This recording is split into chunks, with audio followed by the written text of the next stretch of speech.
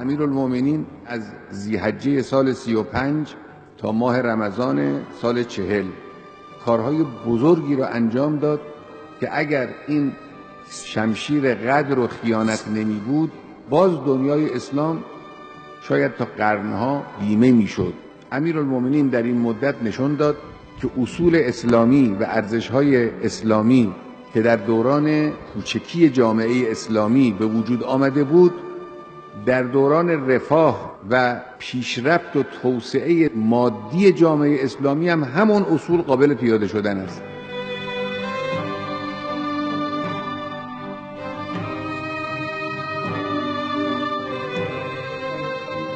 خب 25 سال حالا گذشته است از اون روزی که پیغمبر از دنیا رفت. در این 25 سال وسعت کشور اسلامی صدها برابر شده.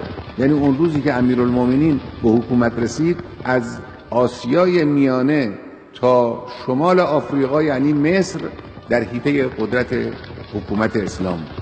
اینجا ممکن بود تاریخ اینجور قضاوت کنه که خب اصول اسلامی و ارزش‌های نبوی بله خوب بود، اما در همون دوره مدینه بعد از آنی که جامعه اسلامی بزرگ شد، با تمدن‌های گوناگون آمیخته شد، از ایران، از روم فرهنگ‌ها و تمدن‌های مختلف وارد زندگی مردم شدند، ملت‌های گوناگون همه زیر چتر جامعه اسلامی قرار گرفتن، دیگه اون اصول کافی نیست، نمیتوانه اونها دیگه کشور رو اداره کنه.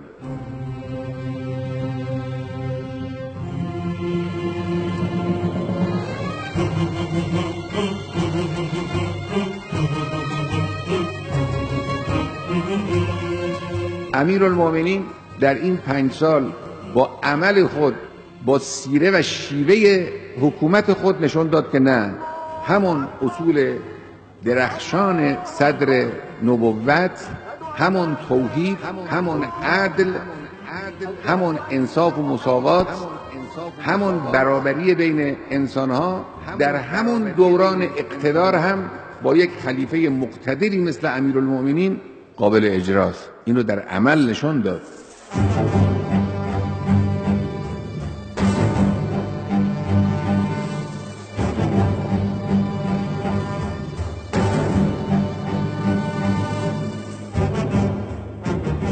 امیرالمومنین نشان داد که اگر حاکم اسلامی و مدیران جامعه و مدیران مسلمان اعتقاد راسخ داشته باشند، در دوران گسترش منطقه حکومت اسلامی و پدید آمدن شرایط گوناگون زندگی و شرایط جدید زندگی همون اصول رو میتوانند باز هم اجرا کنن، عملیاتی کنن، مردم رو از اون بهره مند کنن.